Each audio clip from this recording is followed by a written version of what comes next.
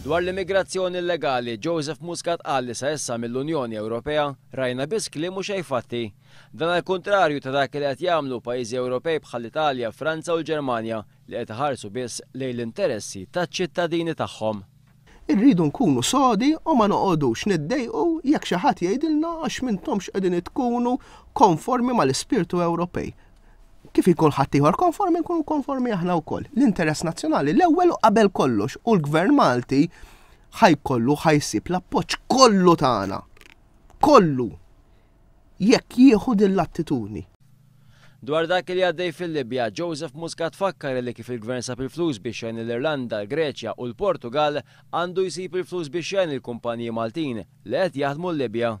Tkellem dwar l-awtorità tax-Xandir u referendum fuq id-divorzju li se jkun test importanti għal mod li ser timxi. Ma naħseb l-awtorità tax-Xandir il-ħin tad-dibattiti għandha tagħtija lill-moviment favur u lill-moviment kontra. M'għandhomx indaħlu l-partiti fija.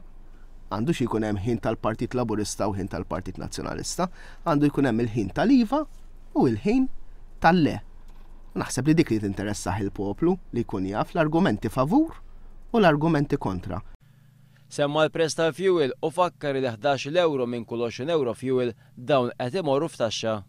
Dwar it-3 snin ta' Lorenz Gonzi, Joseph Muscat fakkar li l-Gvern m'għamel xejn biex jgħin il-familji middle class.